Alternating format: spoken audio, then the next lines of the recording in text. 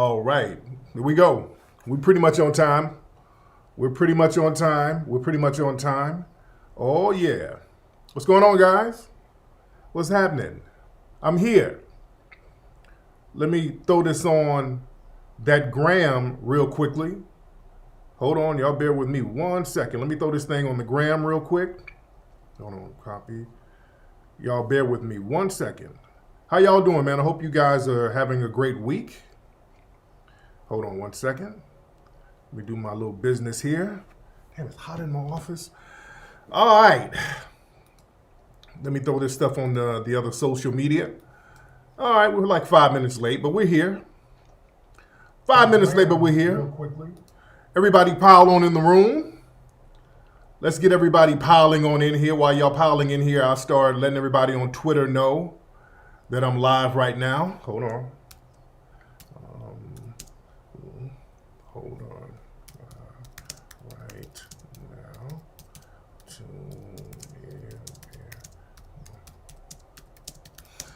All right. How y'all been, man? How are y'all living? Glad to have y'all tuning in. Let me throw this on Facebook, and once I'm done with Facebook, we're good to go.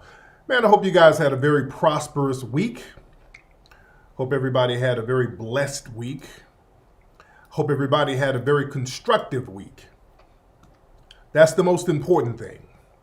Got to be constructive. A lot of stuff we're going to talk about on tonight's broadcast. Oh, we got a lot to touch on. So Atlanta's in the house. Shout out to Atlanta. All right. Let's get it popping. Everybody's coming in the room as I'm talking. Let me get some air in this piece, man. Hold on. Shout out to everybody hitting the CashApp right now.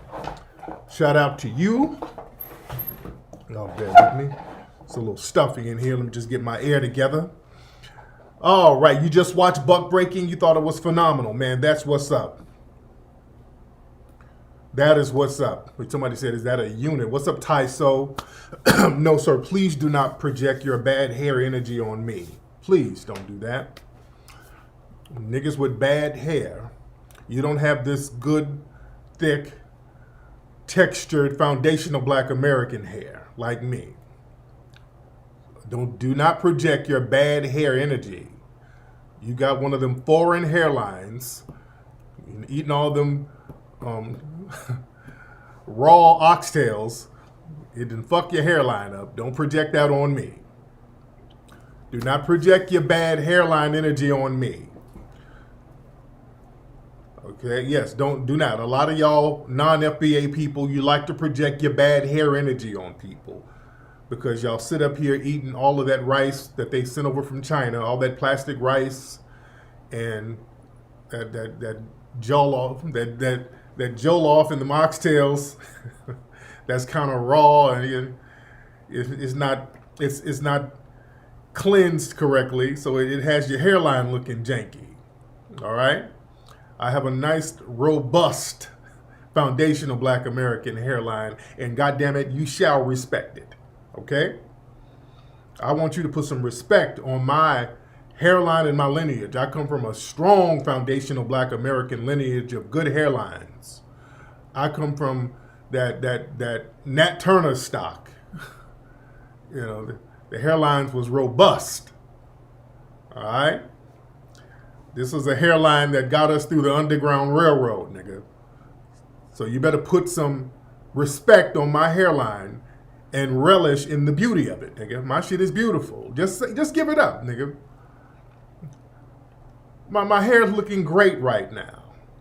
There's a lot of conditioner in there, oils and juices and berries. Put some respect on that shit.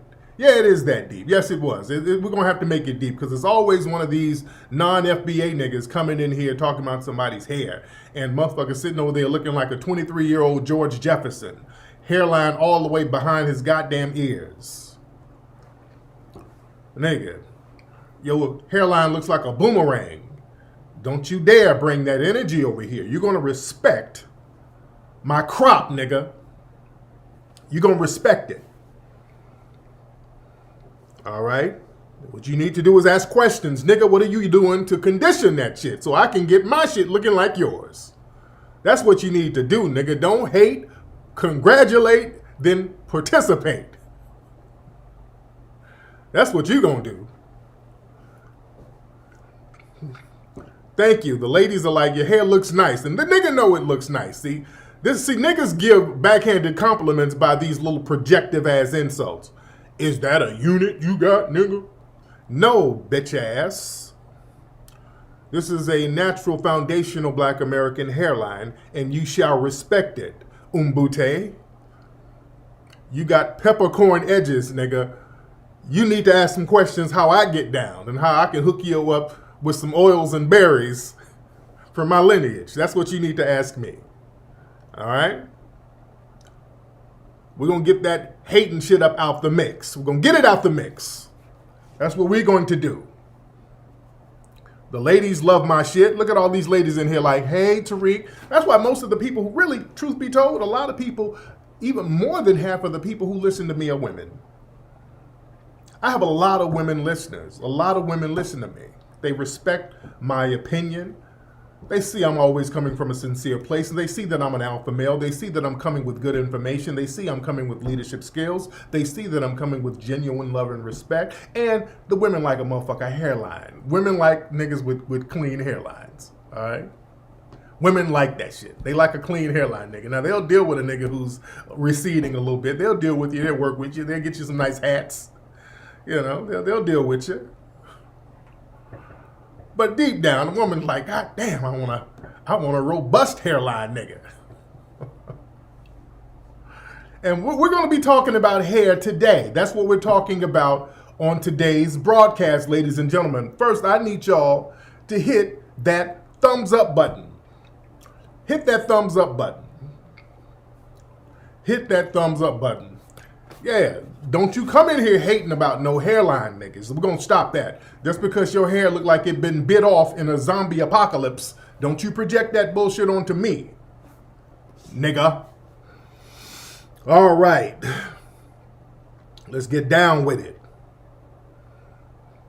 Let's get down with it. Now, we're talking about some heavy stuff. First of all, y'all better hit that thumbs up button and hit that subscribe button, ladies and gentlemen.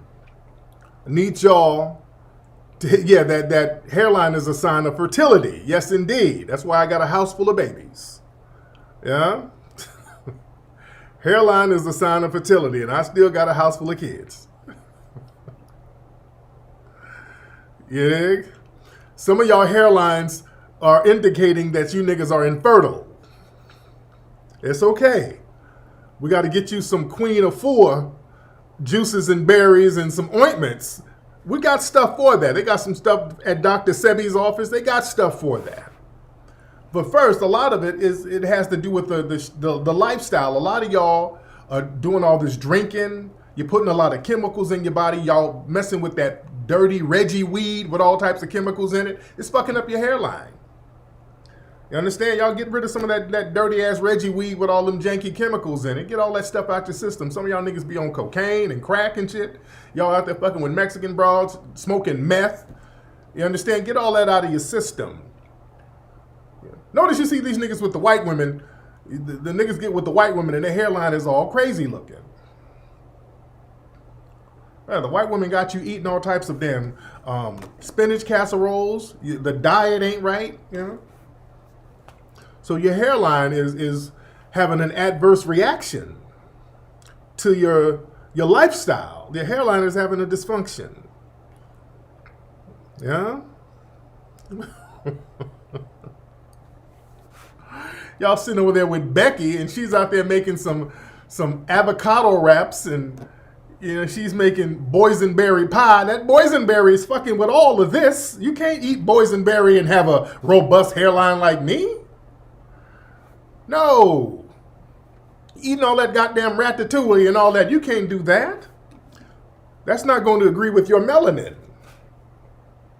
Yeah? Yeah, get you a sister who's going to make a nice, good old piece of fried chicken for your ass. That hairline's going to be right back to normal.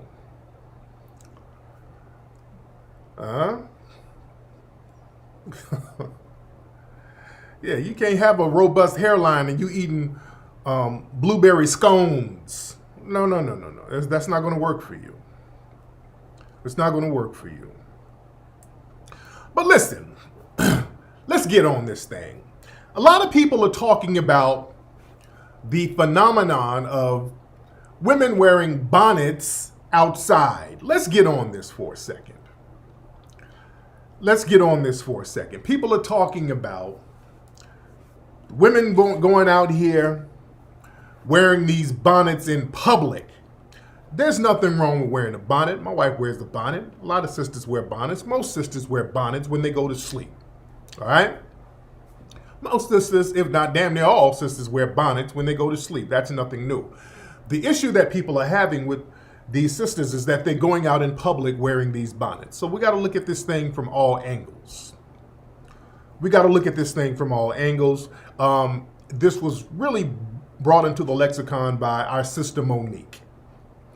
Monique made a video talking about how she went to the airport and she saw a whole bunch of sisters wearing bonnets, and she was like, damn, sisters, do we have any pride anymore? Sisters, what's going on? What's happening with the sisters out here? And my thing is, my sister Monique, I think Monique was coming from a good place. Here's an image of Monique, and here's some images of these women out here with these bonnets on. All right, and take a good look at that picture. These women out here with these bonnets on, out there at the airport. They got on bonnets, pajamas, well, house shoes. Okay. Now listen.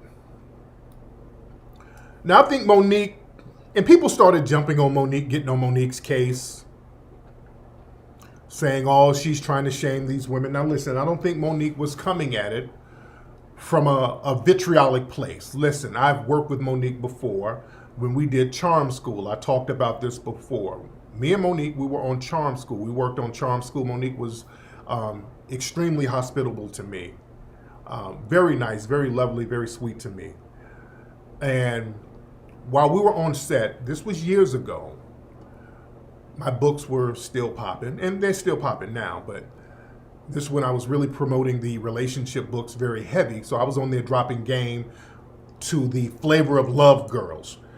The Flavor of Love thing, that's when this ratchet wave on reality TV really started to take wave. It was brought in by that whole Flavor of Love thing. That whole Flavor of Love thing is when that ratchetness began to take hold in reality TV. Now it's all over the place. Now that's the staple of television now, ratchetness. But at the time, they were just getting into the ratchetness.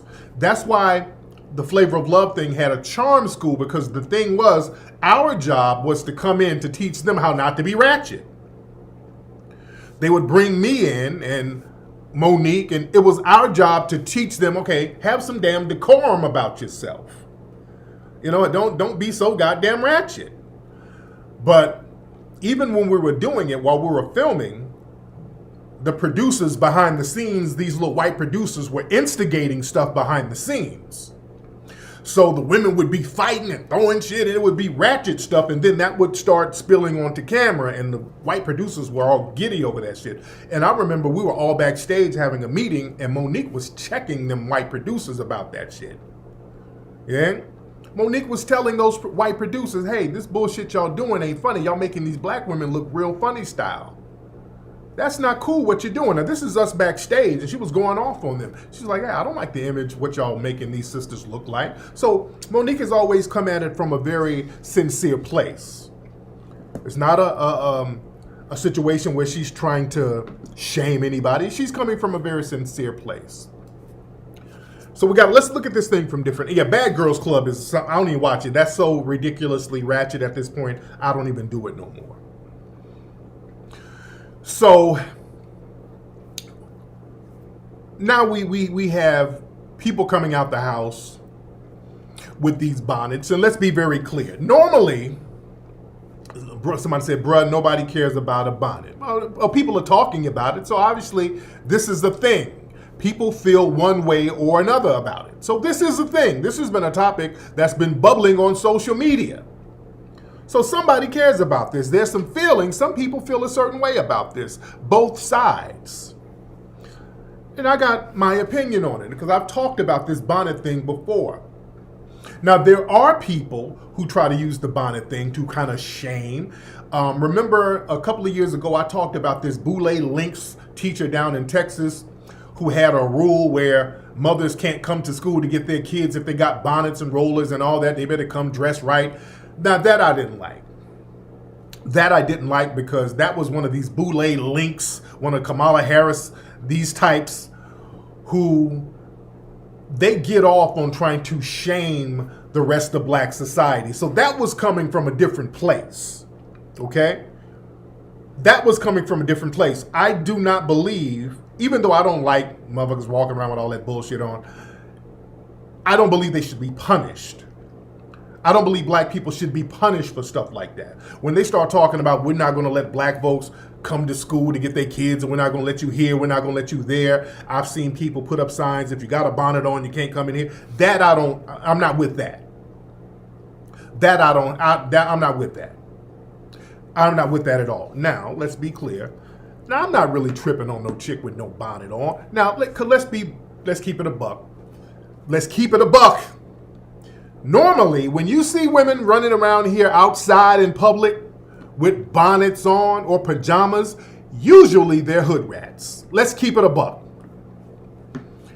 Usually, if you see somebody running around with a bonnet on, 9 times out of 10, it's a hood rat. All right? Women who really got something popping ain't really running around here with no damn bonnets on. People running around with pajamas and house shoes and all that old stuff, these are generally hood rats. I mean, let's look at this picture again. I mean, I ain't trying to denigrate nobody, but damn. I mean, you kind of know whatever city they in. You know what part of town they going to be living in, all right? With this. Well, let's just tell the truth. You go to certain parts of town, you see a lot of sisters who ain't wearing bonnets. You go to another part of town, you see a bunch of sisters in Walmart with bonnets and pajamas on and dirty house shoes and all that. Usually it's hood rats. That's why I don't have a problem with it, because hell, if I go somewhere and I see a bunch of women with bonnets and pajamas on, I'm like, oh, I'm in the hood. Oh, there's a housing project near. So that just lets me know where I am. I'm not even tripping on it. I'm not tripping on it at all. Knock yourself out. That's a marker to let me know where I am. If I go to a city and I see a bunch of bonnets and some SpongeBob pajamas on and some dirty ass house shoes, oh, there's crack being sold around here. Okay, let me hurry up and pay for my juice and my snacks and go back to my hotel on the other part of town. Let's keep it a buck. That's usually some hood rat shit. Listen, the slave mentality is still alive. The bonnets are the new mammy handkerchiefs. Back in slavery, the mammies used to have to walk around, and they decided, well, they walked around with those handkerchiefs on their heads. They were on the plantation. They didn't really have anywhere to go but to the plantation, and they might run some errands for massa, but they had to come back to the plantation. You understand? So that's the mammy look. The mammy walked around. The mammy didn't have to get spruced up. Who was the mammy trying to impress? So I got to go back to this damn plantation, and I got to live off white daddy. The bonnets are the new plantation handkerchiefs. Now, when you look at the hood rats and the hood chicks, let's be clear. The plantation mentality is still there. They're not trying to impress no brothers. Let's keep it a buck. A lot of folks, the hood rats, man, a lot of them, there's some Section 8 going on. They own the county. They living off white daddy. They don't really have anywhere important to go. They don't have anybody to impress in the public. Let's keep it a buck. They don't really have anybody to impress. They got to go. They go to Walmart, go to the weed spot. They have nobody to impress, and they're going to be good. See, usually those of us in black society, when we go somewhere, we kind of have to present ourselves a certain way because we want to make a good impression, because our image and the way you present yourself, that travels around.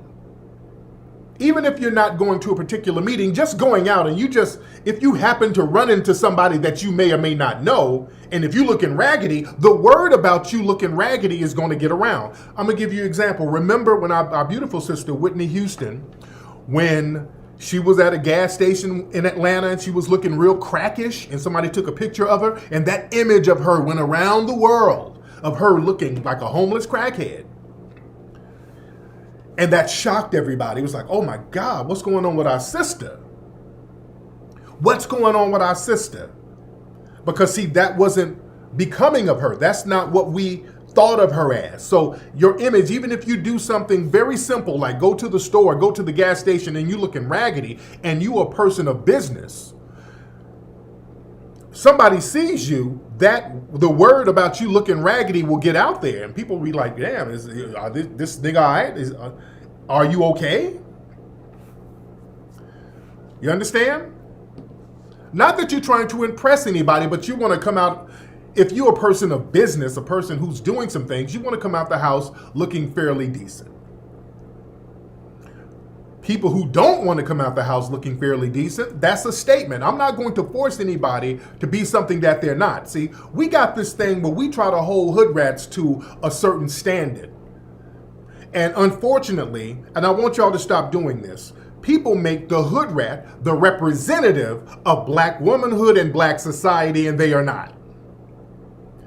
I want y'all to get off this thing making the hood rat the representative of black womanhood. Okay? Because generally, black women don't run around in public with no damn bonnets on. They know better. A lot of sisters got themselves together. They work. They got to make good impressions. Generally, sisters go out the house presentable. Hood rats, on the other hand, they do whatever. And we try to hold them to a standard. The hood rats, let's keep it a buck. The hood rats been thrown in the towel a long time ago. A lot of these hood rats have thrown in the damn towel. You understand? They don't care about getting on code. Look, their job is to do the bidding of white mommy, white daddy. They sit up there, get their little check from white daddy. They ain't trying. People try to get the hood rats to watch the Hidden Colors movies. Hood rats ain't trying to do that. They want to sit up watching Love and Hip Hop, watching all the gossip shows. They're not really trying to be on code. And we got to stop trying to get upset and force them to get on a code that they just don't want to be on. They got off code a long time ago. The only time the hood rats get on code is when one of their kids get killed by the race soldiers. The only time the hood rats get on code is when their sons are shot and killed by these damn race soldiers because they didn't raise them up to not understand white supremacy. So they got to learn the hard way. You see? Let's keep it a buck. Everybody hit that thumbs up button, hit that like button, because we're going to talk some real talk tonight. We're going to talk real talk tonight. See, they want to get on code after the fact. Yeah? They want to get on code after the fact. They get on code when Benjamin Crump shows up with a settlement check, and they're really not on code then. Because let's keep it a buck. These hood rats, even when their kids get killed, they still ain't on code because when that settlement check comes, they back at the club turning up. You understand? So we got to stop holding hood rats to these standards that they don't really hold themselves up to. They're not on code anyway. And we got to stop letting the hood rats be the representatives of black women because they are not the representatives of black women. Another problem I have, fuck niggas who co-sign this. Now, there's a lot of fuck niggas who are out here denigrating Monique. You had a lot of bitch niggas out here putting on bonnets talking about they support women wearing bonnets. So you had a lot of dudes on this type of shit right here. This is fuck nigga shit right here. You had a bunch of dudes running around here with bonnets on, talking about, oh, why would Monique do that? I'm going to stand in solidarity with these women. I'm going to put me on the bonnet too. There was a lot of that going around on TikTok and Instagram. Family, These type of dudes are the beta fuckboys that hood rats raise. Okay? These are the types of beta bitch boys that are raised by hood rats. Buck broken, bitch made, bonnet wearing bussy boys. I used all B's there. They were raised by these hood rats. So they were taught to be led by the most ratchet in our society. So they do things for the same reasons hood rats do things, for attention and clout. So when these niggas see some women getting clout or attention for some ratchet actions, they want to get involved. They want to do the same thing so they can get some attention and clout. That's all this is about. These niggas think just like women. Life revolves around attention and clout. You can't do things like a real man. It's not about respectability. It's not about honor. It's not about integrity. That's what men are supposed to uphold. That's your goal in life, to maintain your integrity, to have a respectable persona, have dignity, and have people respect that. No, it's all about putting on a damn bonnet. It's all about niggas twerking. It's all about dudes being he bitches. Yeah? But again, this goes back to slavery. During slavery, these women had to walk around with the headscarves on. They didn't have anywhere to go. They just had to go back to please massa. They were dependent on massa. There was no reason to get suited and booted for anything else. And a lot of these people out here who have that hood mentality, that plantation mentality, they think the same way. That's unfortunate. That's a very unfortunate thing. You understand? That's a very unfortunate thing. Our job is to work with the people who are on code with us, who's not trying to be on the plantation. The people who do not want to have that plantation mentality. So, back to the bonnet thing. With the bonnets, I don't mind the bonnets. The bonnets just let me know who I'm working with, who I'm around. Black women, sisters, they got enough sense to not go outside with no damn bonnet. They know how to present themselves. They do. My thing is, hood rats, they're already off code, so I don't really care what they do. Knock yourself out. If I go to the airport and I see a bunch of hood rats with bonnets, okay, there's a bunch of hood rats with bonnets, okay. Hurry up and get them through baggage check, and I don't want the people to think I'm with them. No, I'm not with them. Yeah? That's what it is. Now somebody said, what about wearing do-rags in public? I heard that argument.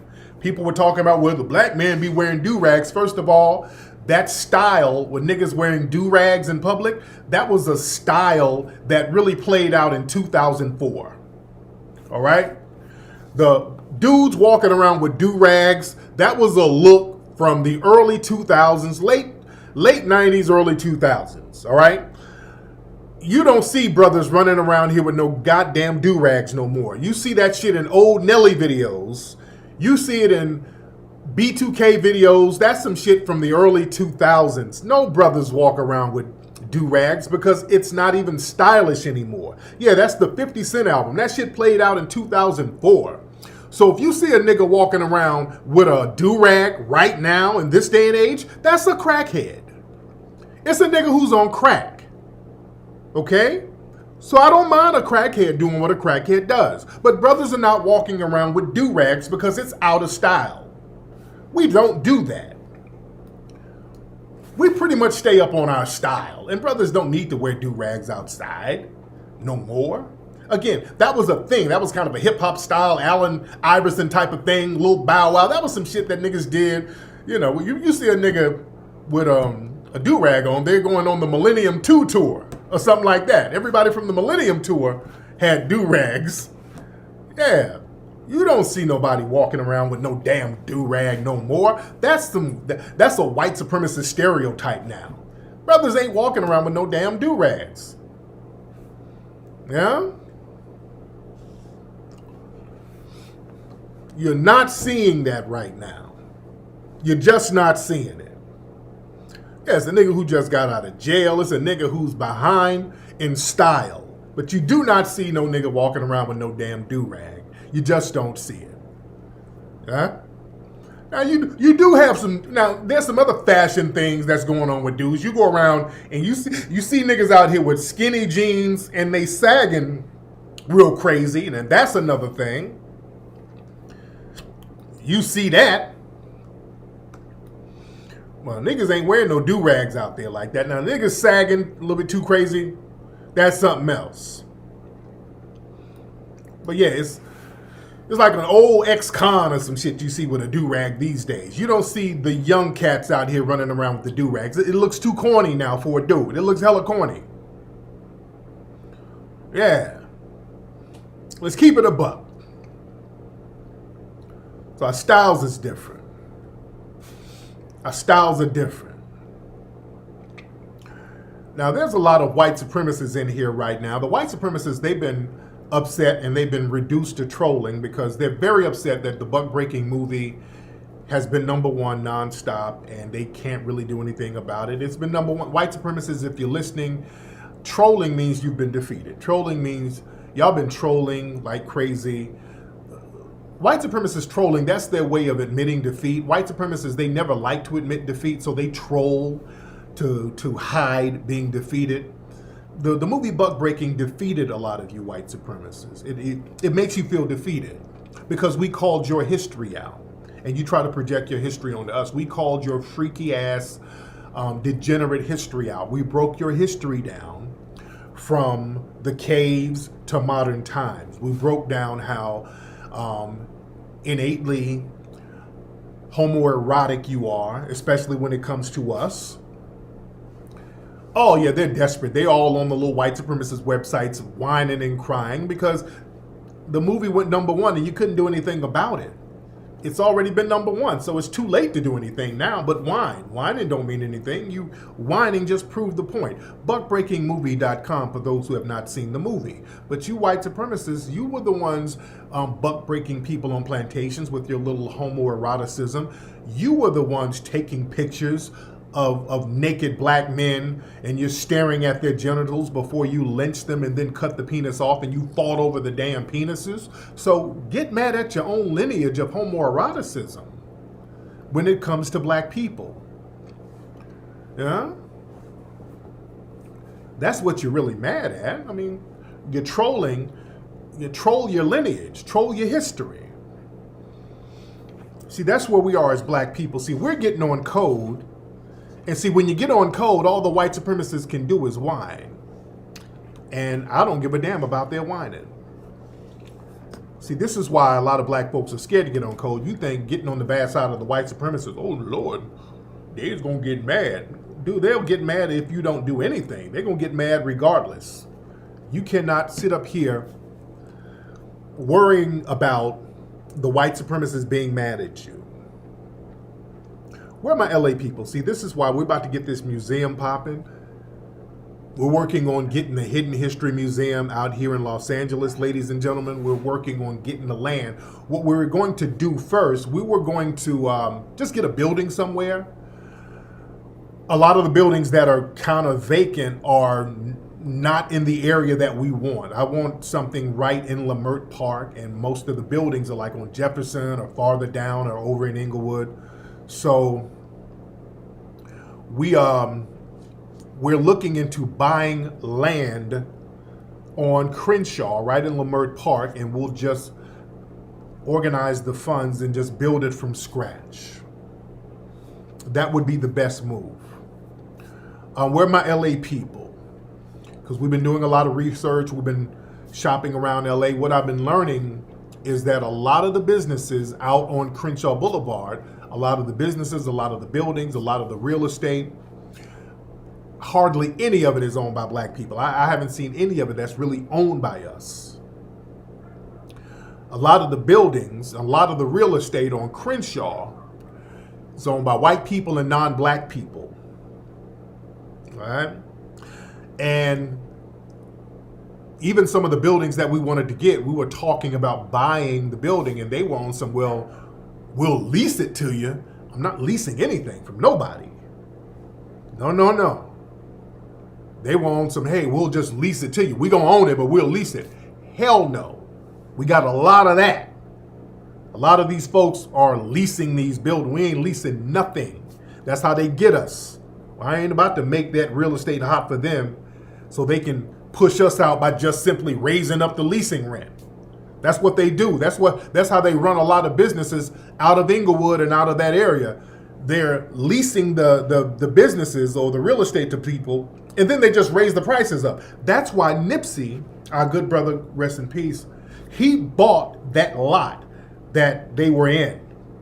That lot that they were in where they had the Marathon store. Nipsey and his brother, they bought that. They bought it straight out. And we saw what they did in response. But that's another story. But we're going to make sure we're going to take precautions behind that. Yeah, we got to own the property. That's very important. What's up, my man? I was with you in LA. Wait, is that my dude from LA? Hold on. What's up, J.E.? Shout out to J.E. But listen. Oh, yeah, my LA people. This is down there in that area. The only concern that we have, is the parking. The parking down there is a beast. What could we do about parking? Because if there's a lot down there that we want to buy, we want to build on this lot. I was thinking, should we build a parking structure? You know, one of them multi-level parking structures, but I don't even know if they'll let us build a parking structure there because that alley where the spot is so small. Where in the hell can we have people park? That's the only challenge that we have. We still gonna get it popping, but we just got to figure out the parking down there. That's one thing on Crenshaw. Whenever they have Taste of Soul and all that, the parking is always a beast. That's the only challenge. But I think that's something we can figure out. We can we can figure something out. Somebody said underground parking. Yeah. I don't know. We got to dig underground and all that old stuff. Parking will be mitigated by the train system. So have a shuttle built on top of the garage parking. There's a parking structure. Because think about where Lamert Park is. As you know, in that area, ain't really too much parking over there. The square footage is, what is the square foot? I want to say 15,000 square feet, something like that. Build a parking structure near and have a shuttle service. We can't have I don't know about that. That might be inconvenient because, it's a museum, so people are going to come and go every day. So I don't know. We'll figure it out. Park at the Crenshaw Mall. Okay. A shuttle is a good idea. Uh-oh. But every day? I mean, this is for everyday customers.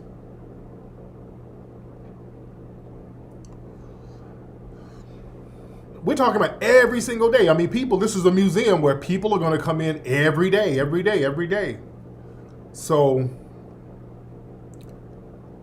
I'm trying to see how convenient a shuttle bus will be. Share parking, because I know there's a Chase Bank kind of on the other side. They have a parking lot. That's the only parking lot that I see over there. Parking got to be, the parking has to be near the museum. Crenshaw, that's a few blocks down. Yeah, the shuttle thing ain't really feasible, I don't think. I don't think the shuttle thing would be feasible. The valet parking, we have to, we got to figure that out. We got to brainstorm and kind of figure that parking thing out. That's been our biggest concern. Because I was down there the other day just kind of looking around and just making some assessments, and We're just trying to figure out the logistics of everything. Yeah, behind Delicious Soul Food, and they got a very small parking lot. And there's a residential area over there, so we're going to have a lot of traffic at this museum. I already know we're going to have a lot of traffic at the museum, so I know parking is going to be an issue, so I want to have that kind of worked out. I kind of want to have that worked out.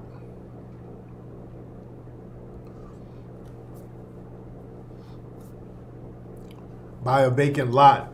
Yeah, I got to look around and see. That might be another option. We might have to damn buy another vacant lot, but we'll see. You know. All right, but anyway, let's get into some more stuff we're talking about. Everybody, we almost got 7,000 people in here. I need y'all to hit that thumbs up button. I'm going to need you to hit that like button, ladies and gentlemen. There's a movie out called Washington Heights or something like that. In the Heights. It's about Washington Heights. It's about Dominicans. And you had somebody over at The Root doing interview with the director of this movie called In the Heights. And it's an Asian director. And she's up here talking about how come there wasn't Black Latino representation. Now listen to this. Listen to this. All right, hold on. I'm gonna say it twice. I'm like the street lights. We taking the flight to a couple of days in the life for what it's like in Washington Heights. Congratulations on In the Heights. It was a lovely musical. But as a Black woman of Cuban descent, specifically from New York City, it would be remiss of me to not acknowledge the fact that most of your principal actors were light-skinned or white-passing Latinx people. So with that, what are your thoughts on the lack of Black Latinx people represented in your film?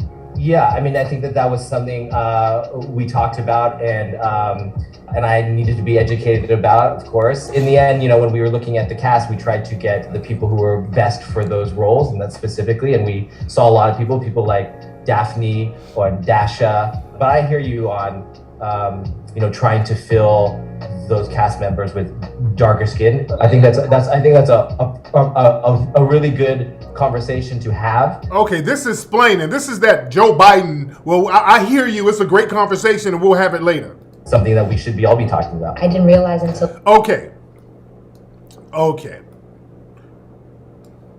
So did you see how he was explaining? I ain't watching this bullshit. He's explaining, and I don't give a damn one way or another because I ain't watching it. But let me talk to the Black Latino folks. Let me talk to you. See, this is why, I'm all about everybody holding their own damn nuts. Let me talk to the Black Latinos, because there's a lot of Black folks who come over here talking they're Black Latinos and all that. Let me educate you on your culture. The white Latinos from your culture, and when I say white, I mean politically white, because genetically, they're still not white genetically, but politically white. When they say Latin people, they're not talking about the Black people in Latin America. Let me say that again. Black folks in Latin America or from Latin America who comes from these Latin American countries, when these people talk about Latino representation, they're not talking about your black ass. They don't view you as a Latino. Now you run around here talking about you're a Black Latino. To them, that's a contradiction. Let me say that slow so y'all can feel me. Y'all run around over here, that other Amara La Negra, she runs around talking about she's a Black Latina, talking with that strong Spanish accent. Ay, bastante. Ay, Dios míos. Trying to really Latin it up. You can talk with your damn Spanish accent as much as you like. They don't view you as a damn Latino or Latina. They don't. They still view you as a Negro. even in those Latin countries, you are still a Negro. You are not a Latino to them. There was a contest, like a Miss Dominican Republic in New York some years ago, and it was a jet black little black girl who was Dominican, who was very talented or whatever, and she was more talented than the other girls, but they didn't want her to win it because they felt she didn't really represent what Latinas were. They wanted the little white-skinned Latina girls to win this thing. I gotta find that article. Hold on, let me see if I can find that article. This was some years ago.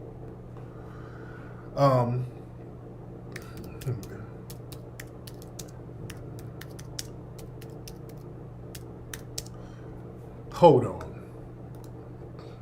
Where's that story? I wish I could find that.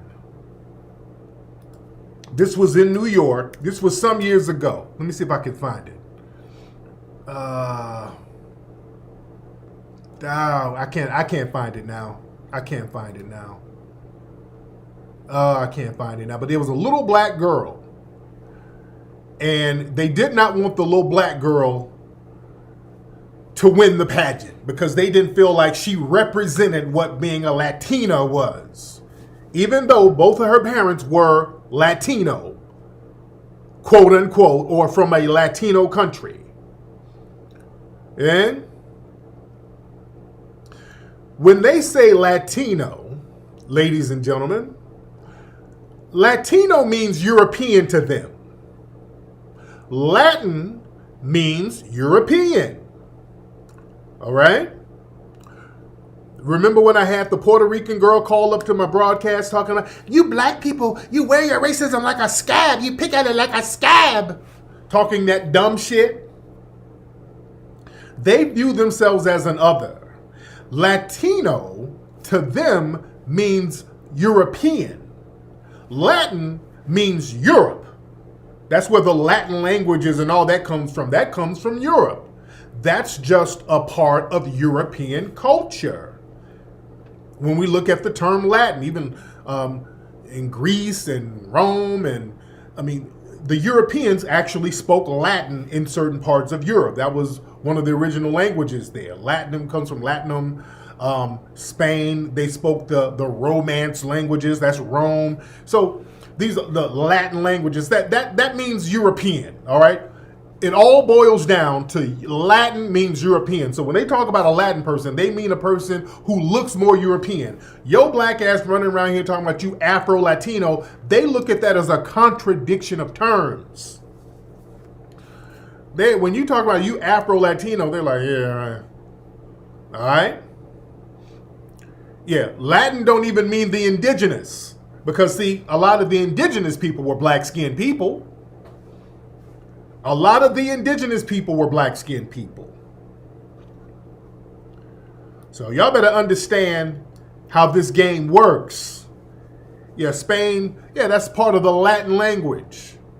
And our brother Renoko Rashidi, he said the black people with the worst self-esteem are black people from Hispanic countries, black people who live all in the Latin American countries. He said their self-esteem is the worst. And I'm going to Costa Rica later this week, by the way. I'm going to be down in Costa Rica. I've been there before. I'm going to another part of Costa Rica. I'm going to be down there this week. I wanted to go to the Caribbean side of the island. Well, not island, the country. They just didn't have any decent hotels over there. But that's where all the poor black folks stay. All the poor black folks stay on the Caribbean side. And all of the less poor Latins stay on the other side. Yeah? It's heavy. And speaking of color things, out there in Mississippi, there were some sisters who won valedictorian in their school. It was two black students, two black girls. They won with honors. They graduated with honors in West Point, Mississippi. They were named valedictorian of the year. And beautiful sisters, young sisters, I'm so proud of these sisters. But here's the thing. You know how the white supremacists are in family. We got to understand our children are being attacked right now. Black people. See, black people, we got to stop this cowardly thing where we're scared to say something about white supremacy. We're scared to challenge them. We're scared to speak against them. Yes, Limon. Limon, that's where I wanted to go. Limon, but I'm going to some other places. Yeah? But listen. We have to watch out for our children. We have to look out for our babies. Right now, family, black folks on this, we got to keep our head down and be quiet and not really get the white supremacists mad. We can't have that mentality. Even when I was talking about the museum, the other day I was talking about getting the museum popping and building the museum, and I was talking about the logistics of it, and I had a couple of people hop into my comment section. Oh, Lord, Tariq, now you shouldn't be talking about this publicly now. This, you might not want to be talking about it all public like this now. You might have to keep quiet. Shh. They's going to get you when they see us doing something like this. They's going to get you. Listen. First of all, let's get off that. The white supremacists already know what we're doing. Black folks, let's get off this I really want y'all to get off this shit where you sneak in and you got some kind of covert operation going on that the white supremacists don't know about. Let's stop that bullshit. Let's stop it.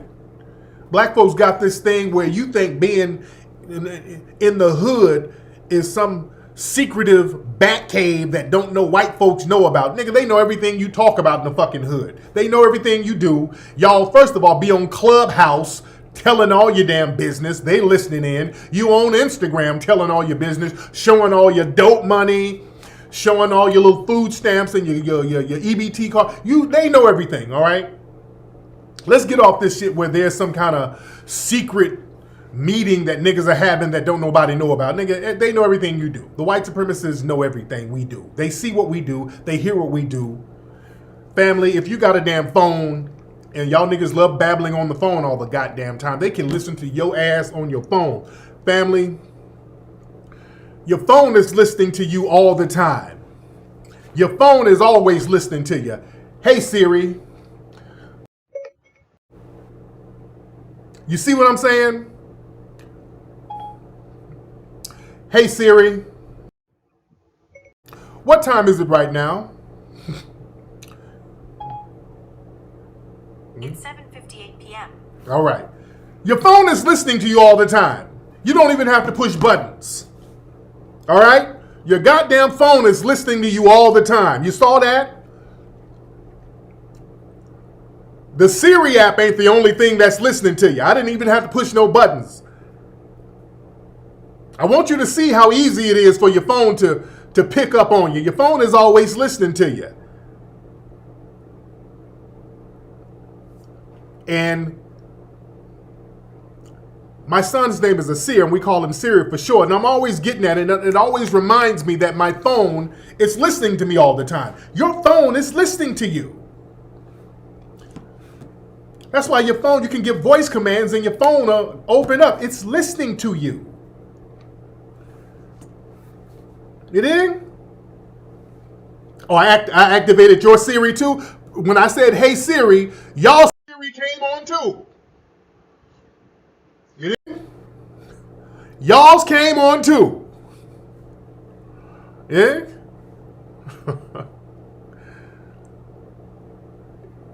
I just activated all of your phones. Just that simple. Your phones, they already listening to you. That's why Edward Snowden is on the run. He was telling about the technology years ago. He was saying, hey man, I worked in the government and they got technology where they're spying on our ass like crazy. He's like, man, they are spying on our ass. That dude had to leave the country. They still on his ass. Let's get off that. They know what you're doing. So look, we ain't got to hide nothing. Look, we get on code. we doing things in a legit manner. We're going to protect ourselves. We got to look at things from a codified standpoint. All we got to do is get on code. They listening to everything anyway. There's no covert secret meetings you're going to have. That's why I talk about what we're going to do publicly. They already know. Hey, we're going to get a museum popping. We're going to need everybody in the community, in the conscious community, and the woke community, and the empowerment community to get involved so we can get this thing popping. It's that simple. There's no sneaking or nothing nefarious that we're doing. Yeah. That's why they bugging my phones. Hell, they're not listening to me say anything that I don't say publicly. Yeah. But we better get off this thing where we're afraid to do something because they gonna get us if we say something. Listen, they gonna get you if you don't do nothing. Look who they get first. Look who the white supremacists get first. They get the unwoke folks. They get the folks who's always partying and bullshitting. Normally, the people who are partying and bullshitting and trying to just be on some kumbaya, they get them first because they see that you're not alert. They catch you slipping. Yeah? They catch you slipping first because they see that you're not awake. They see when they pull up on you, they know that you're not codified and they can push certain buttons to trigger you to get a reaction to cause them to react with deadly violence. They know how to pull up on you and falsely accuse you of stuff. Hey, you look like a suspect. Man, I ain't no damn suspect. You look like you've been smoking weed. I ain't been smoking no damn weed. I know my goddamn rights. Bam. Yeah? So they always get the people first who are not awake. The ones that are not on code are the ones gotten first. So we all just got to get on code. We might as well get on code. We might as well get on code. Now back to the story I was talking about. Ladies and gentlemen, beautiful young girls, man. They were valedictorian. And they won. And here's the thing, when it comes to black people, if white society, the white supremacist society, they're perfectly fine with us as long as black people are struggling, we're on the bottom, we're in need. But the minute we start competing equally, boy, they take the gloves off. So these two lovely sisters won valedictorian, but they were forced to share the honor after the white parents cried foul. The black girls won, and the white parents were like, hey, wait a minute, we need a recount. Uh-oh, wait a minute. Some black folks won? No, we're going to have a recount. So they used some I'm white and I say so nonsense. And they got two white students to be the co-honorees. So the two white students they got to share the honor with the two black girls now. The white supremacists, listen, the white supremacists are snowflakes. They do this type of stuff all the time. They have to have a system of non-justice in order to assist them to compete. This is why the white supremacists ain't shit. You don't bow down to people who ain't shit. They're wicked ass sore losers. These beautiful young sisters embarrass them because, see, they think that black women are all supposed to be hood rats. See, this is them thinking, okay, they're supposed to be ghetto hood rat baby mamas, whatever. These two lovely, smart, intelligent sisters outshine them academically. Oh no, we need a recount. Something didn't happen right. They must have tallied the numbers wrong. They did all types of I'm white and I say so garbage. So they had to use their system to elevate the incompetent white students. Okay? I want black people to understand the reason why you are in a position you're in, the reason why we have so many obstacles, not because you're incompetent, is because the white supremacists are incompetent. They are the ones who need a goddamn system of injustice in order to elevate them to your level. They cannot compete equally. This is why sports is a problem for them. They cannot compete equally. This is why they get so mad at us when we have stuff like buck breaking, breaking records, hit #1 spots. They always got to sit in the corner and cry foul. They always got to come up with some stuff to kind of try to denigrate us. Oh God, you guys, this is homophobia. They are the ones who need a system of non-justice in order to elevate them. You don't need that. I want black people to stop thinking that you are incompetent.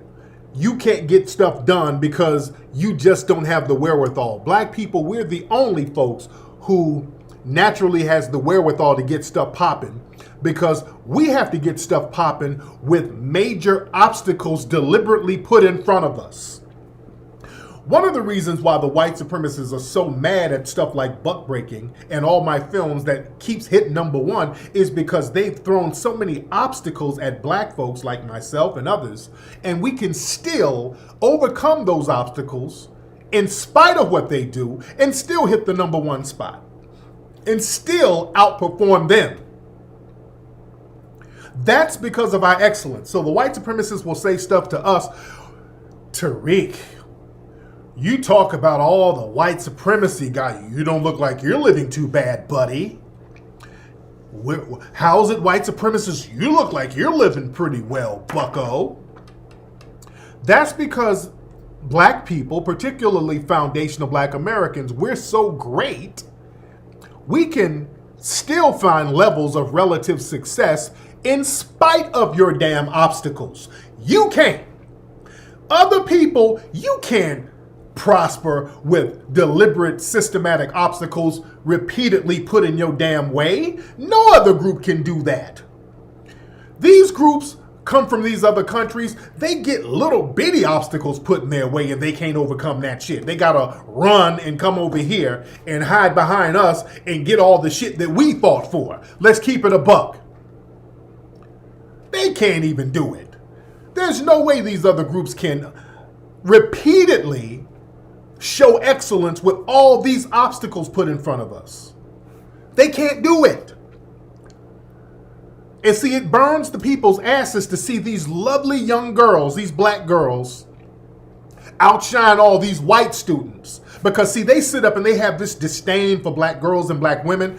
See, their image of black women is sisters twerking and thotting it up. So when you see these sisters who are young outperforming people, they got to crush that immediately. See, they're going after our children. We cannot have these people attacking our babies. They know too many of us are awake right now. Too many of this generation. I'm not talking about some of the old Sambo Negroes, because they're done. Too many of us, you and I, us, and some of the younger generation, too many are awoke. So a lot of the games that they're running, it's not really penetrating us because we reject it. We're rejecting this stuff. Yes, buck breaking is still #1. So we're rejecting a lot of stuff.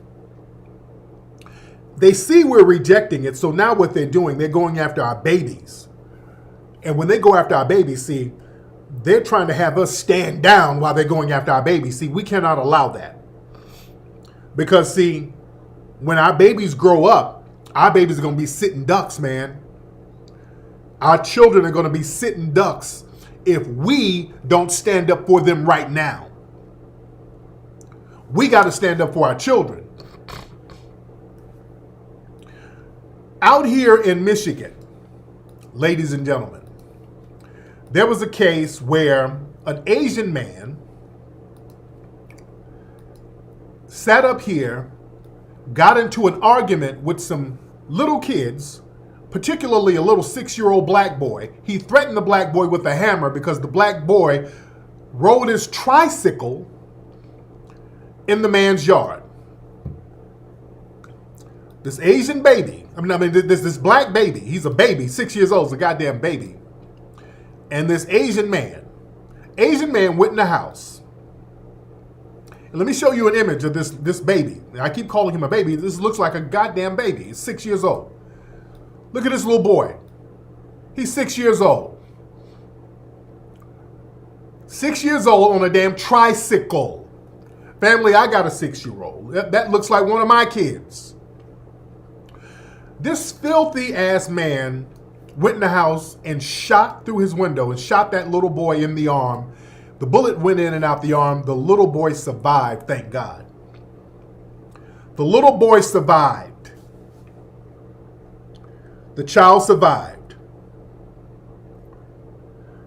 And the Asian man was arrested, but the white judge gave him a $10,000 bail. So he immediately got out. The white judge gave him a $10,000 bail. He immediately bailed out. He was free within hours.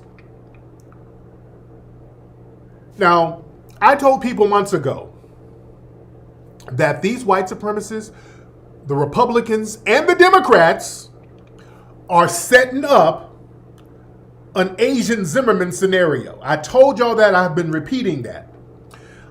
They've been sitting up here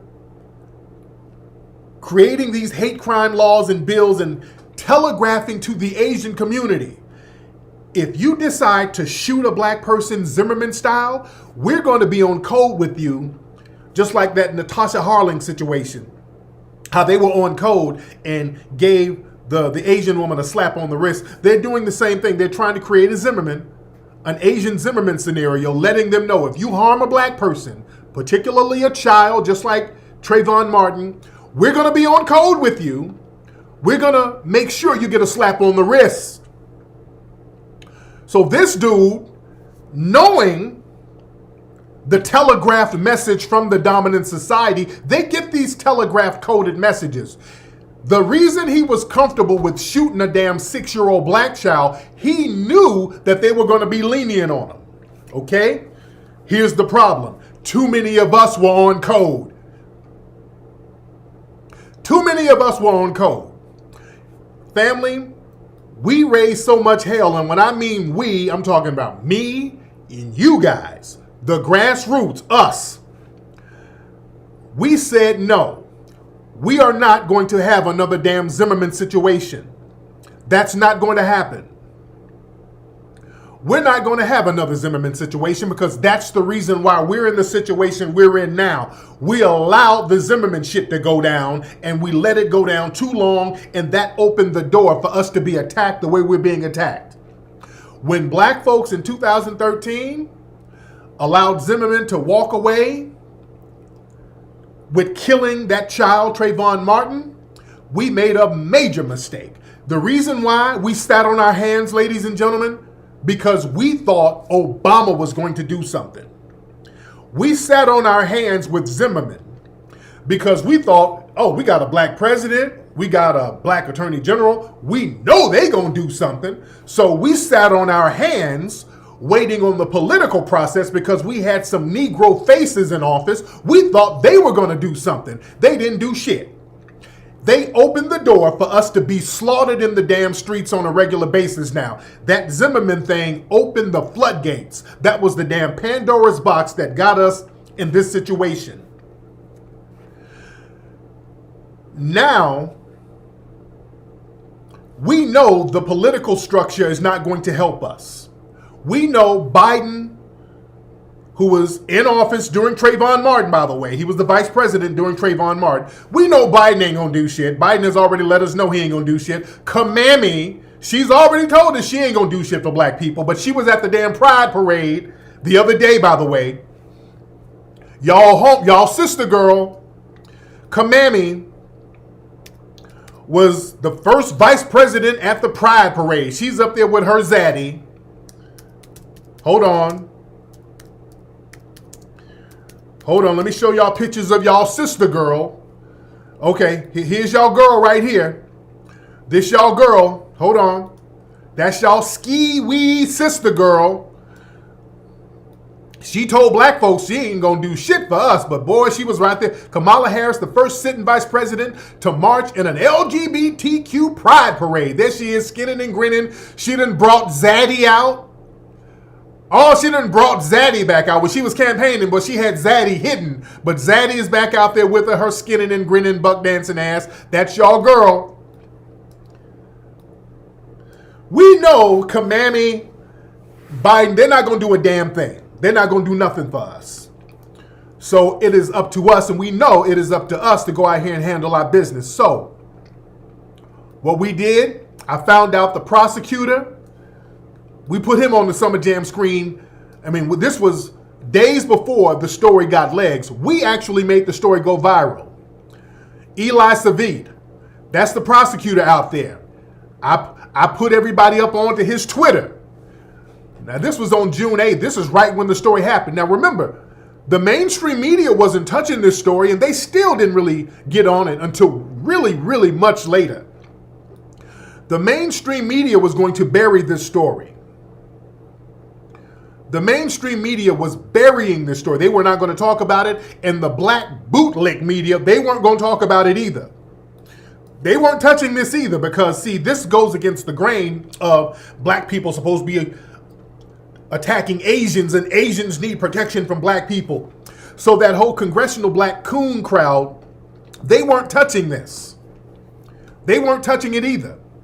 Let me show y'all the news story, but that's the prosecutor. Let me show y'all the actual news story of how things went down. Now peep this, hold on. Little boy, he walks free, making bond on Tuesday.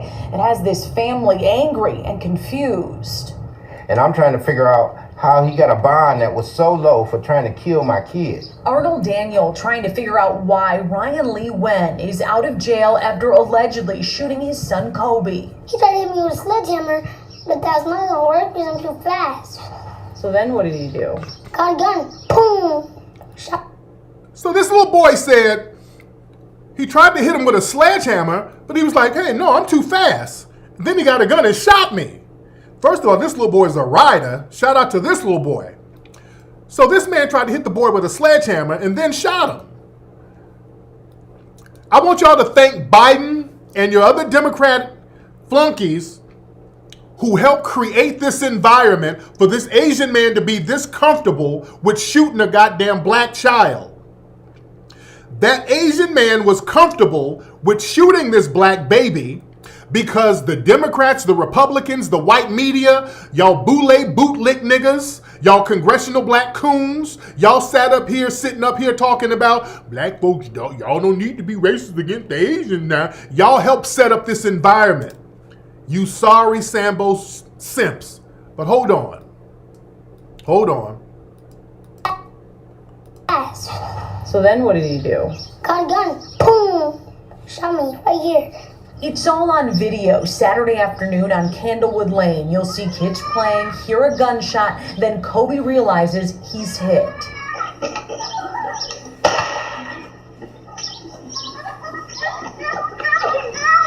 Wow. Lee Wen allegedly fired through his front window. They keep saying allegedly. The bullet went in Kobe's arm and out the other side. Okay. Man, listen. I'm like, look, this ain't gonna happen. We cannot, and I said, look, we are not going to let a black kid that young, a baby, get shot like that, and we not do anything, we not say anything. Now, I was on that prosecutor's neck so heavy. I was on that prosecutor's neck. I'm gonna show y'all some of the tweets. Now, I was on him so hard. I was on his neck at like 2 and 3 in the morning.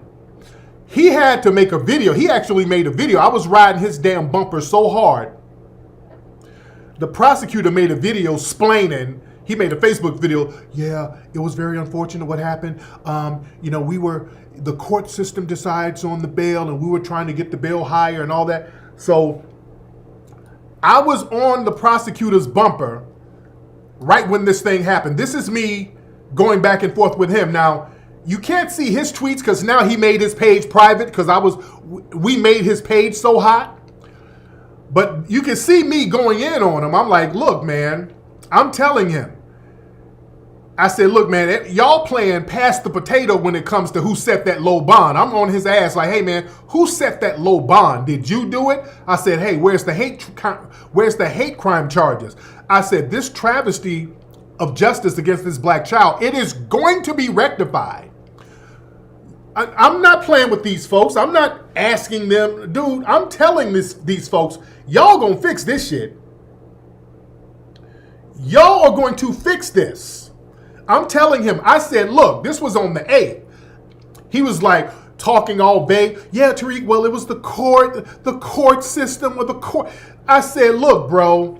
The courts are people. People set bonds. Somebody within that court system in your jurisdiction, they devalue black lives to the point where they thought it was justified to have a bail that low against for a crime against that black child. This has to be rectified tomorrow.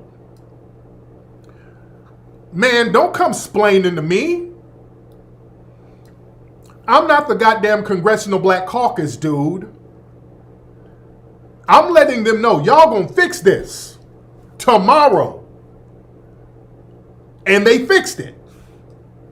I was on the ass. We start pulling up all types of stuff. We let them know. I told you, I don't play with these politicians and the cops and all that shit. No, I don't play with them, man. I'm gonna put you on that damn Summer Jam screen. I'm gonna make your name synonymous with this damn travesty. I'm not here to play game. I'm not goddamn Benjamin Crump, dude. I'm not here to make no fucking settlements. You better rectify this shit, dude. So, let me show you video of the white judge who actually set the low bail. Now, she's in hiding now. Let me play the video of that white judge. Alicia Fink, that's her name. Oh, this is the judge right here. I pulled up a video, posted that. We were making the block hot for them. Oh, we were pulling up video. Oh, we were making the block hot. We were doing what a media apparatus is supposed to do. You put all of them on the Summer Jam screen. Eli, his ass is on the Summer Jam screen, and he loves to pride himself about being an ally. He loves taking photo ops with niggas. Oh, he loved that. So he was really panicking when we got on his ass because he saw his political career was about to fall off. This judge, they removed her, by the way. We got them to remove this damn judge, but this is the judge who set that low-ass bail. This is Alicia Fink. Now, this is her with him. This is them doing a Zoom. This is the suspect doing a Zoom call. This is her. Hold on. Support for such a high surety bond, but nobody's here to talk to me about it. All right. I'm going to set the bond at $10,000 cash or surety, no 10%. No contact with Colby Daniel. I don't want him to live at the Candlewood address. So can we have a different mailing address for him? Okay, now you see this judge is on code with this dude? The judge is like, well, I don't want him living at that address. We want to put him at another address. So Alicia Fink has him staying at another address. She's protecting this dude. Yeah, she at the end, I didn't play the whole thing. She's like, yeah, good luck and all this old bullshit. So she's on code with this dude. Man, we were on her bumper too.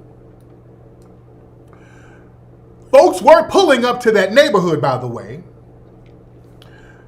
Also, there was a restaurant out there that this suspect used to work at. People were pulling up on that restaurant because they thought his family owned it. So they were pulling up to that restaurant. And by the way, he don't own that restaurant, nor does his family. He used to work there. And the people at the restaurant are like, hey, look, we don't fuck with that nigga like that. We don't, hey, he used to work here back in 2015. Hey, what he did was horrible. We ain't got nothing to do with him. Nigga, we got free shrimp fried rice if y'all want to come through. Dude, we weren't bullshitting, man. Playtime is over. We rolled them so heavy, they brought the dude back in custody. So they put him back in custody. They got a new judge. They raised the bail to $100,000. Has to be $100,000 cash, no 10%. So now the dude is back in custody from what I understand. The only reason his ass is back in custody, back in jail with a higher bail is because of you and us riding on him. That's what happens when we get codified. And we get codified because we know ain't no damn politician gonna come to our rescue. We failed with Obama and the Zimmerman shit. We already know we failed at that. If anything is gonna have to go down, we're gonna have to rectify our damn selves. We're gonna have to get on the phone. We're gonna have to start riding these folks' bumpers and let them know what it's gonna be. Yeah, we're gonna have to let them know what this shit is gonna be. Yeah, but I do know I saw some videos, some brothers who were up in that neighborhood. They did pull up to that neighborhood where the shit went down. They were making sure the kid was okay. So shout out to the brothers in Detroit who pulled up to that neighborhood to make sure the kid was okay. They were checking on the house to see if any more damage was done. They were just checking on the house. They were just checking. You did?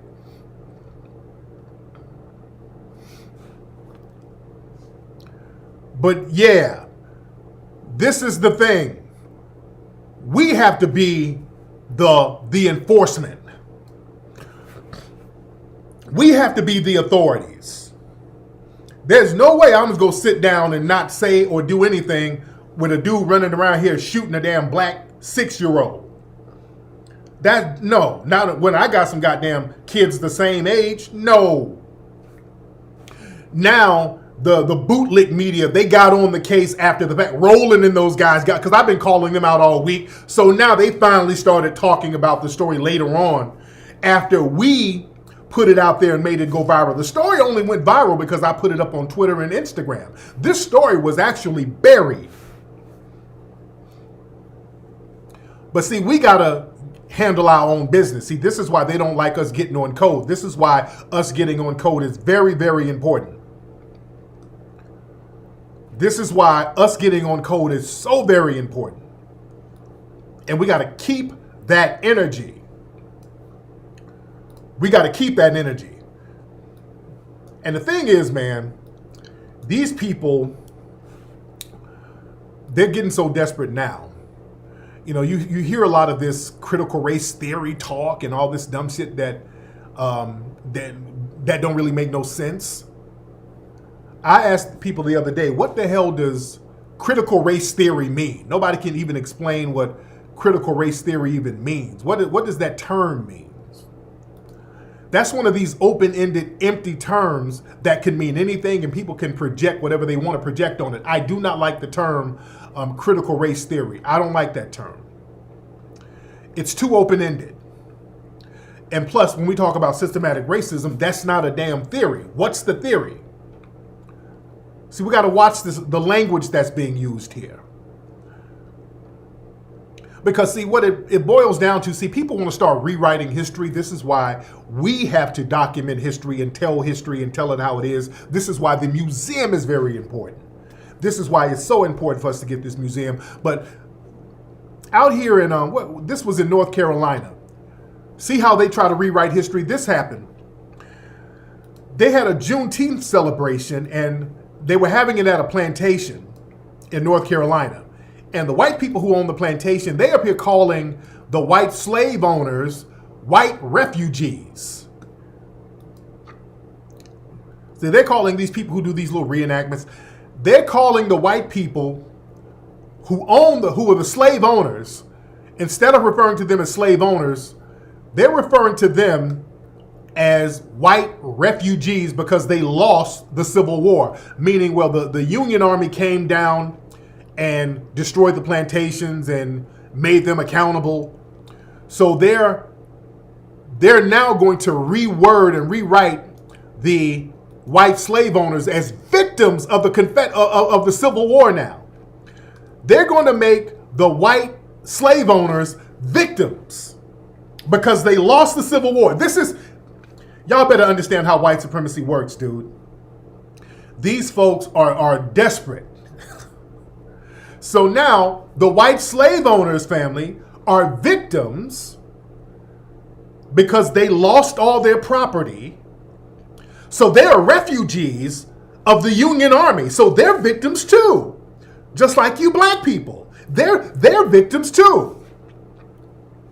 Y'all better understand how these white supremacists, dude, these white supremacists ain't no joke, man. Dude, there is a war. There's a cultural war. There's a history war.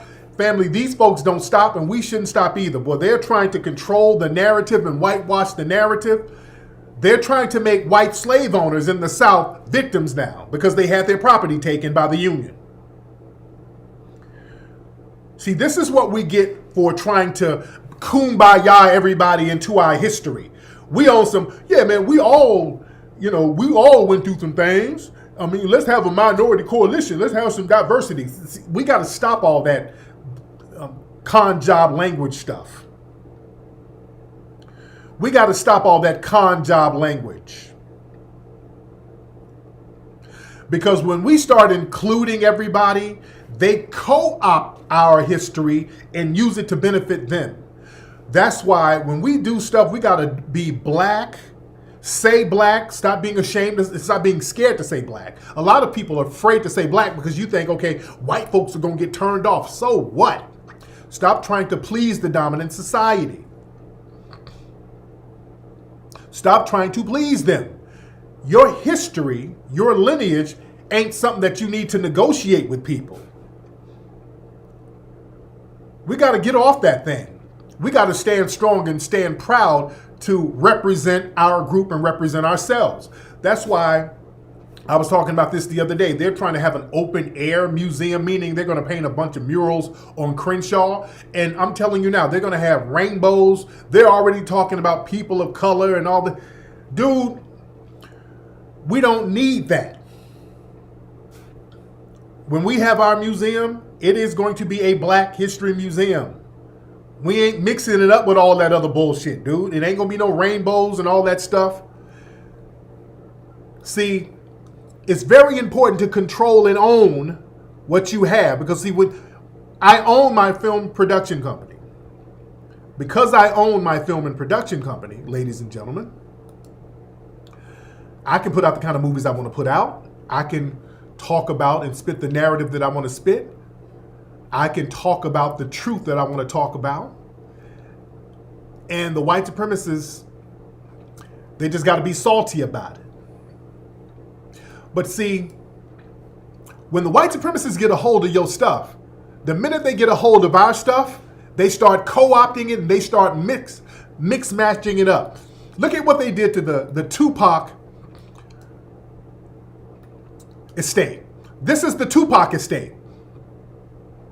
They got some Tupac Pride t-shirts right now, guys. The Pride collection. This is from the Tupac Twitter account. So the Tupac estate, now that Tupac is dead, now that Suge is in jail, Suge doesn't have control over the catalog or the estate. Afeni Shakur doesn't have, she's dead now. Afeni Shakur is dead. So the white people are running the Tupac estate right now, and this is what they're doing with it. They got some Tupac Pride t-shirts and Pride hoodies. Okay? Let me try to blow some of this stuff so you can see it.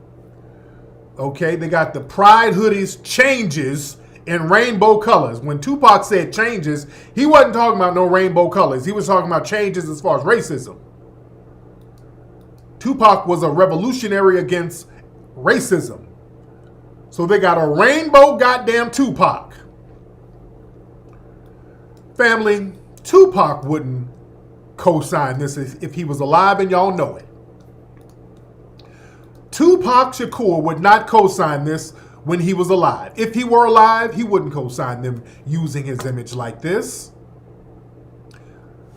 You understand? While I'm alive, let me say this while I'm alive. Family, while I'm alive. Because a lot of times we don't have, when we pass, and God forbid something happens to me, but anything happens to me, family, I'm telling y'all now, don't let nobody disrespect my image and put my image on some bullshit that I would not co-sign. I want y'all to ride on them. I'm telling you when I'm alive, don't let nobody besmirch my image like that and put me on some shit that I wouldn't co-sign while I'm alive, and y'all know I wouldn't co-sign it. Call them out on that shit. I'm telling y'all when I'm alive, ride on them for me. Ride on them for me. I don't want my image on no bullshit. Don't use my image. Don't use my image for anything non-violent. I'm telling y'all now, anything non-violent, anything to do with somebody's bussy, none of that shit. Anything to do with some kumbaya, no. No, don't have my image on none of that. Don't name a street after me where it's going to be some bullshit popping. I'm telling y'all now, I don't want that.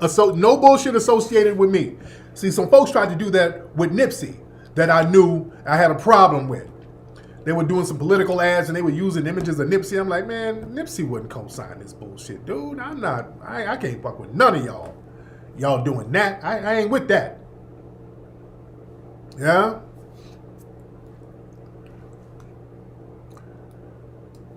But this is what they do with our history.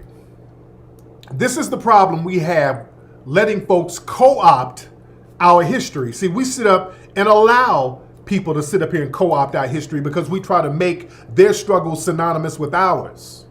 We allow them because we think, okay, if we gonna be some good allies, we look out for them. Eventually, they's gonna look out for us. They never get around to looking out for us. We've been waiting on that for years. Nobody ever gets around to looking out for us. And that brings us over here. Y'all girl, Uncle Mammy. This is Uncle Mammy. This is y'all girl in Chicago. Uncle Mammy put up a Facebook post. She said, Mildred and Richard Loving won their fight against the Supreme Court 54 years ago, declaring laws that enforce racial segregation among intimate relationships unconstitutional. Not only did this allow interracial couples to openly love and marry, but it would later pave the way for LGBT couples too. That's Uncle Mammy. That's why they put her in power out there in Chicago. To toe the line, she's up there with her Zammy, not her Zaddy, but her Zammy. Okay. We can't control who we fall in love with. Oh, Lord.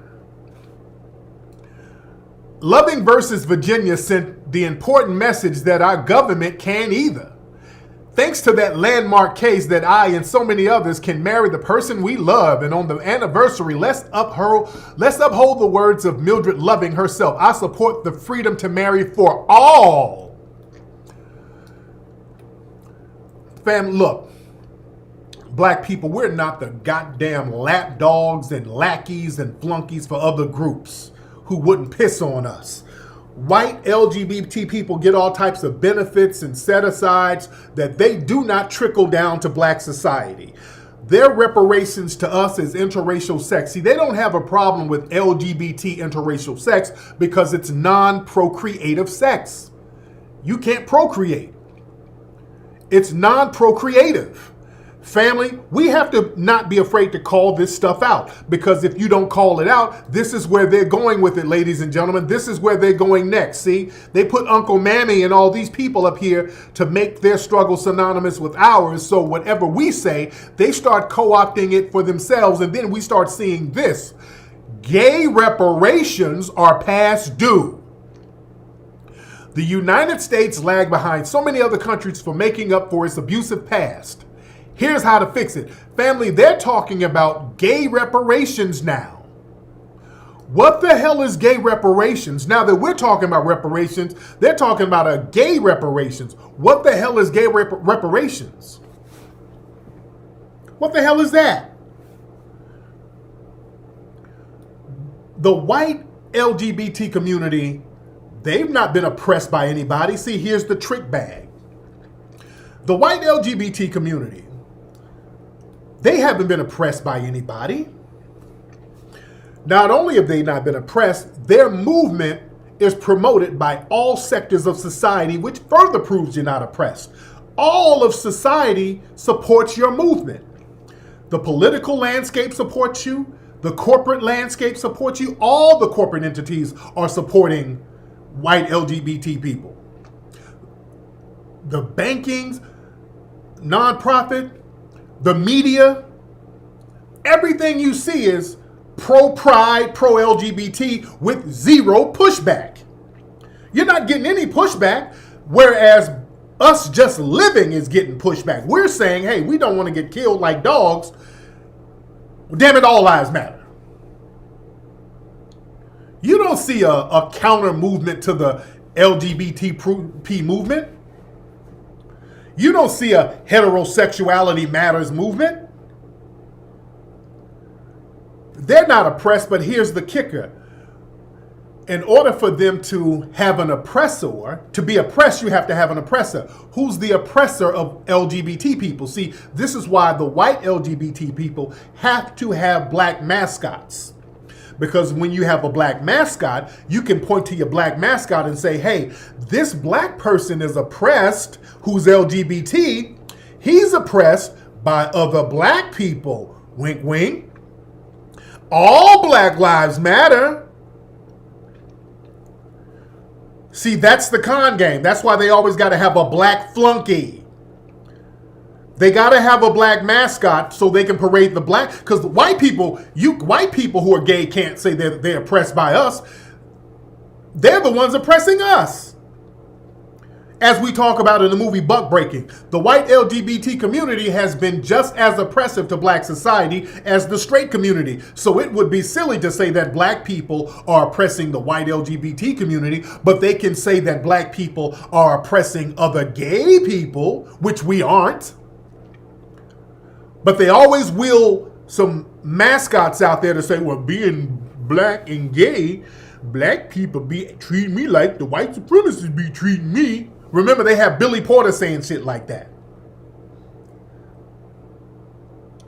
So they always, Lil Nas X, the black community don't be accepting me. So they always got to have a black mascot to say that black people are the oppressor.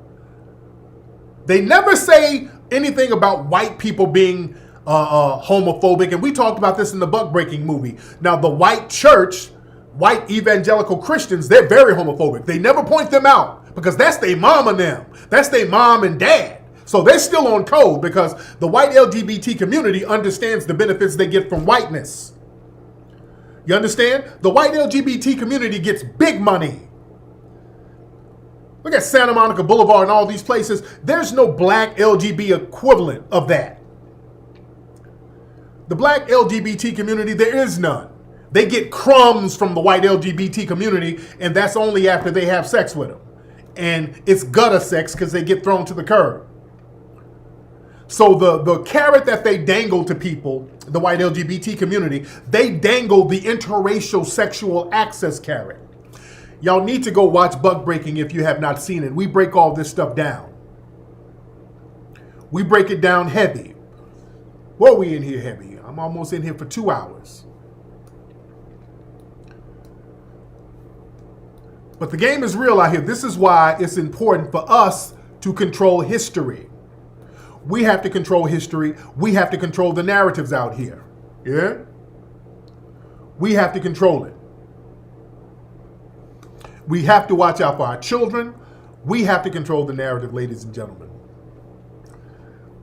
And we don't need them to try to create gender wars against stuff. So we can have disputes and we can have disagreements as far as relationships, but we don't need to have gender war. Because we're having a debate about some relationship stuff on Twitter. It's a very friendly debate. See, we don't need to let it spill out into something that's crazy and too serious where we're getting off code. We can talk about relationship issues where we don't have to get off code. There was a tweet that this girl put up that was very funny. Where, hold on, let me show this. This chick was like, she thought a guy right here. She said, I thought a guy was my legit friend. And I asked him if he wanted to help me paint like 3 weeks ago. He says, don't you have a man? And there's a big debate about that. And people are looking like, girl, are you insane? You know, I ain't mad at the dude. And she said, she started going off. She was like, it clearly shows that some men can't do nice things for their female friends unless pussy is involved. Also, he could have easily said no. Asking if I had a man was unnecessary, and he was clearly assuming. Well, sound like the chick did have a man. But listen, sound like my dude, he was in the, my nigga was in the simp sunken place. He snapped out of the simp sunken place. Okay? Sound like whoever this guy was, he was a simp, and then that snapped him out of the simp sunken place. Let me talk to the ladies a minute about relationships here, real quick. Ladies get mad at your guy friends because y'all want him to do something, and then he's like, hey, don't you have a nigga? And you're like, whoa, wait a minute, I thought we were friends. Women, don't play these games. Don't play these games. No, you thought it was going to be paint and simp. Oh, a nigga can't do nothing. He thinks some pussy's going to be involved. Let's be clear. Ladies, you know what you're doing. That nigga woke up out of the simp sunken place. Oh, this nigga... No, you thought you were going to get a nigga to do some friend zone painting. Ladies, let me talk to you. You know good and well what you're doing. You know that nigga wants some pussy. Ladies, some of your guy friends, you know if you have a genuine guy friend, and you know if you have a nigga who's just sitting, waiting on the bench, trying to get tagged in so he can get in the game.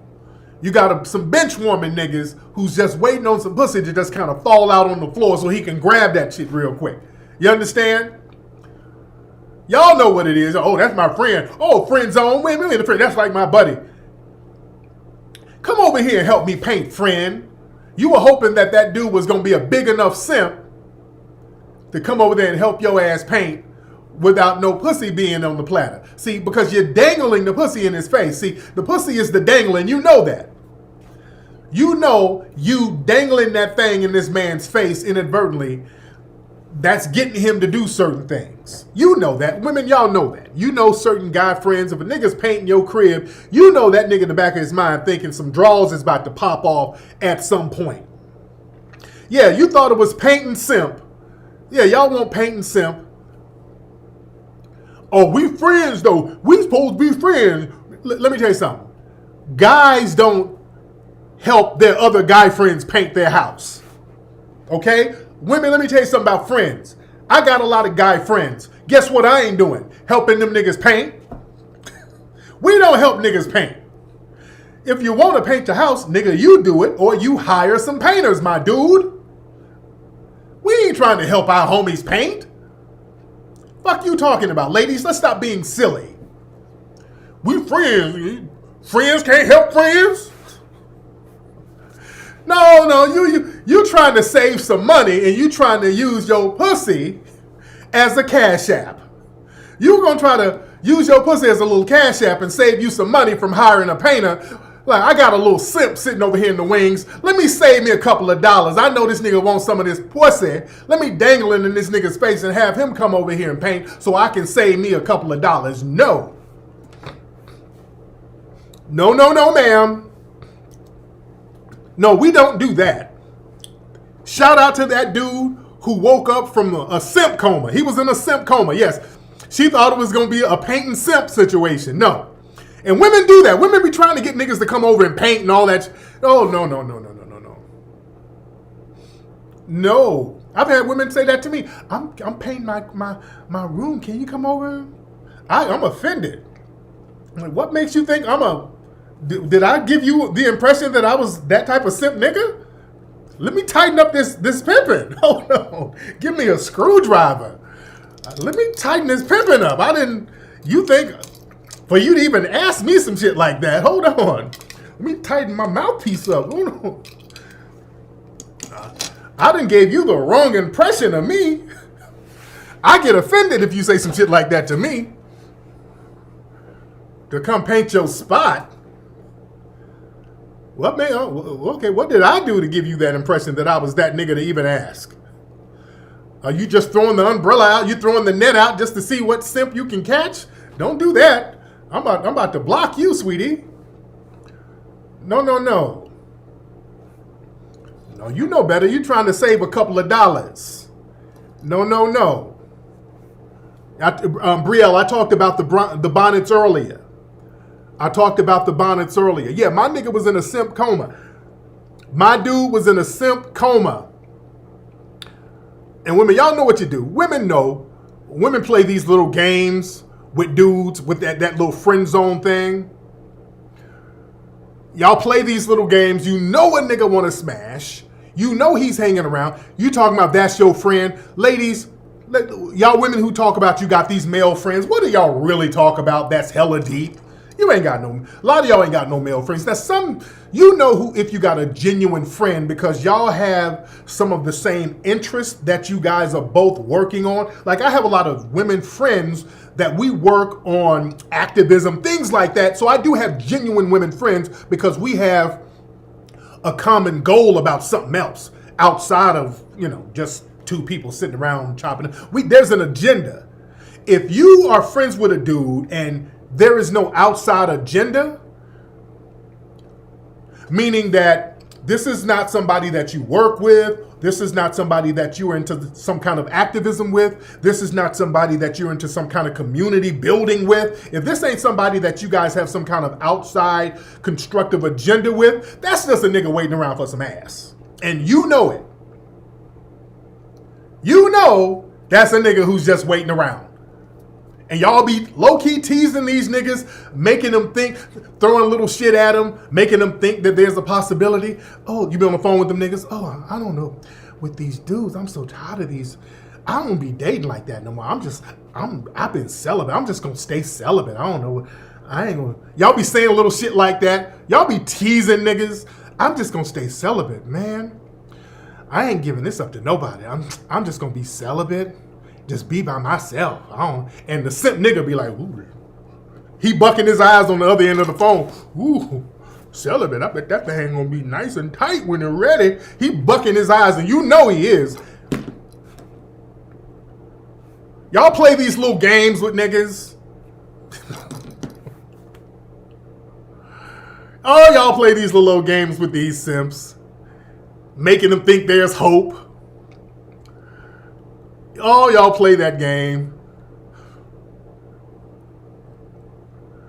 Telling your little simp friend, you know, they open, you know, the corona is going away. They opening up restaurants now. You know, the corona is subsiding now. You know, they opening up restaurants. Oh, for real? Yeah, y'all be throwing little hints at your simps. Yeah, they got a new restaurant in downtown Houston, a new steakhouse that they just opened up. Man, I can't wait.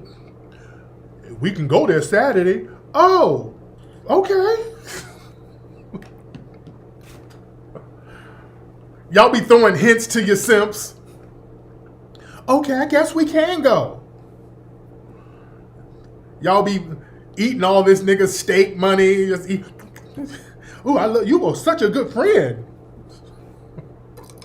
You my best friend, Darnell. Yeah, y'all going on them simp dates, and what's really disrespectful, when you go on a simp date, ladies, then you bring your homegirl with you. That's really disrespectful to the simp. You show up, hey, Darnell, this is my girl, Catherine. And the simp nigga sitting up here buying all that steak and lobster. Oh, we're going to have some simp counseling out here, because some of y'all simping, y'all doing the most. You simp-ass niggas out there. You got a woman that you in the friend zone with. You in the friend zone like, you want some pussy, you ain't got no game. She done put you in the friend zone. Now you and her homegirl at the crab leg spot. You up here with a damn crab leg bonnet. So, how long y'all two been friends? Talking dumb simp shit. Oh, y'all go to school together? Stupid ass nigga. We're gonna have simp counseling. I don't want to see no simp niggas up here tricking off crab legs to these women running game on your ass. I can't stand to see it. I've been seeing too much of it. Now that the corona has lifted up, I'm seeing a lot of simp dates. They run, yeah, you sitting there with your crab leg bib on looking stupid than a motherfucker. Come on, brother. We got to have a simp intervention right now. I'm tired of seeing it. I've been driving around seeing niggas with the crab leg bonnet on, with the bib, talking dumb shit with a table full of women. Come on, we got to stop this. Oh, we're going to have to stop this. Come on, we got to get it together, guys. Because these women been in the house, stuck with the corona. So they've been sitting up plotting. They got a whole Rolodex of simp niggas that they trying to eat good. They trying to go out. They need niggas to foot the bill. And y'all niggas done got y'all little PPP loans, so y'all ready to trick it off.